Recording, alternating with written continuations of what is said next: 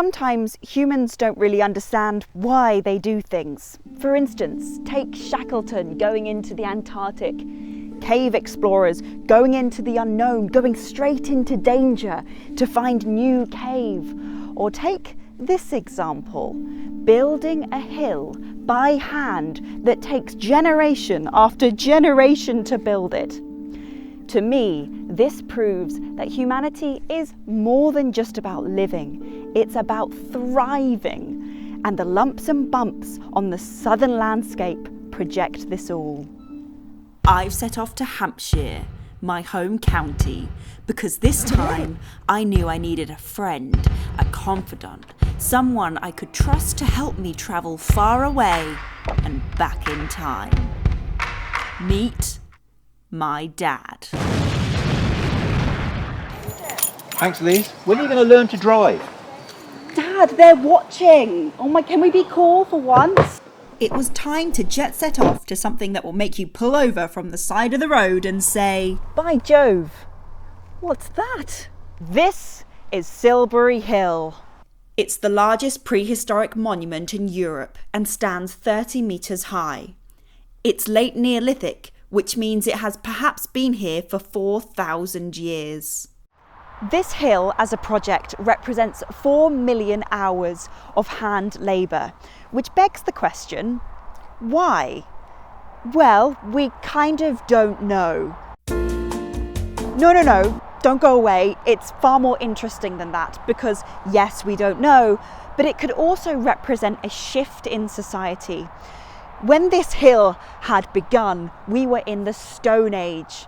And when it finished, we were just about entering the Bronze Age, and this hill would have been the last of its kind.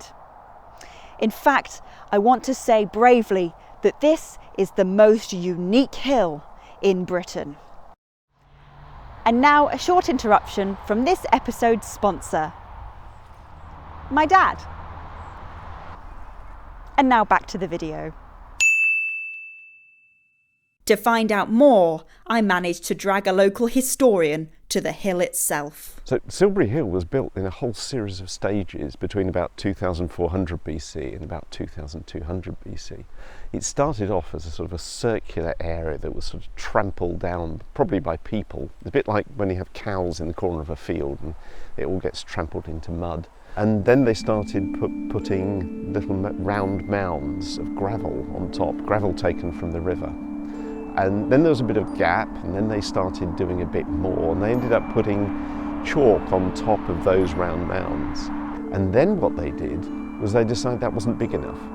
So they moved out, dug another ditch, and used the chalk from that to pile on top of the first one. And then they dug a huge quarry pit all the way out here, took the chalk from that, and carried on building it on top. Over a series of over 200 years, in sort of almost year by year. It's almost like rings of a tree. So they were doing something every year, which is just bizarre. The people who excavated most recently, Jim Leary and Dave Fields, their suggestion was to think of it not in the way of they were trying to build something. You know, we're used to the idea of an architect, design something, then you go off and build it. They were looking at the first peoples in North America who built mounds as well. But what they did was they brought baskets of soil from their hunting grounds back to an ancestral homeland. The mound wasn't constructed to be something. It was all about sort of cementing the relationship between this hunting grounds and this ancestral homeland. We have to get beyond the way we think about building. It was more of probably more of a process, a communal activity, rather than being something that's going to end up looking like it does today. We look at it and think, how on earth did they do that? And the amount of effort that went into that. But of course Silbury Hill is only one element of the whole sacred landscape here at Avebury.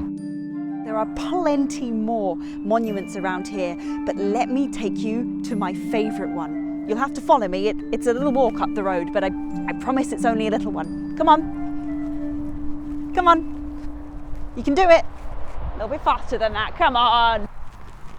Literally a minute away, like 30 seconds away. We've got this. We're fine. We're fine. Don't think about that. That's fine. All right, if you want to follow me here, we finally found West Kennet Barrow. West Kennet Barrow is a tomb, come on, that was found in 1859 and later reconstructed in the 50s. But to get here, I've had to walk another 1,300 years in the past. Let's explore it together. West Kennet Long Barrow is a Neolithic burial mound.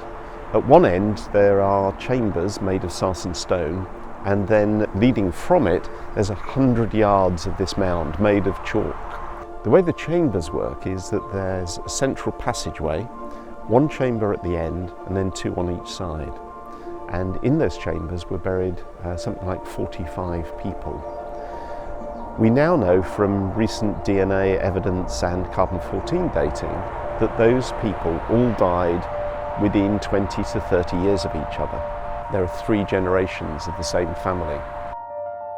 And to get to know this place a little more, I decided to contact an old friend to see what they had to say. Hi. Hey. Hi. It's good to meet you. So, Uga, tell me how this all started. You know, you want to put like all your special people once they died in somewhere nice, and like we thought, you know, about 4,600 BCE, we thought on the hill,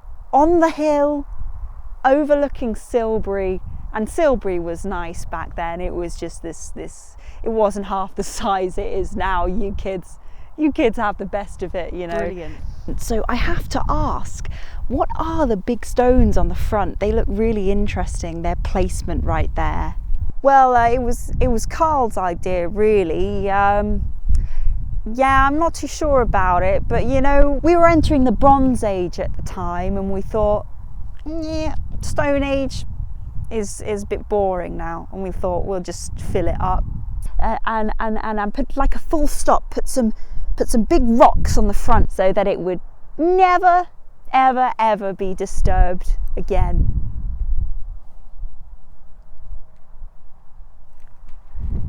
It wasn't disturbed, was it? Well, thank you for your time today. How is Carl, by the way? Oh, he got typhus. Oh, I know. What they were doing is really quite interesting, because the way they buried people was not like as we do today. They laid people out probably on a timber platform and let the body decompose. And then they gathered up the bits that were left and placed them in the tomb. And they seem to have arranged the skulls together and the long bones together, and other bits sort of got a bit scattered. So there's one guy who's got his skull is in one chamber, his upper left arm and shoulder blade, which must have been still jointed together, in a second chamber, and then his feet in a third. Which just shows you how it was all mixed together. Very strange. We can also suggest that there may have been a whole series of rituals that were enacted at the tomb, because out the front there's lots of burnt animal bone and broken pottery, and that means parties. The passageway that runs down into the chambers is aligned with what's called the equinox. That's when day and night are equal in March and October.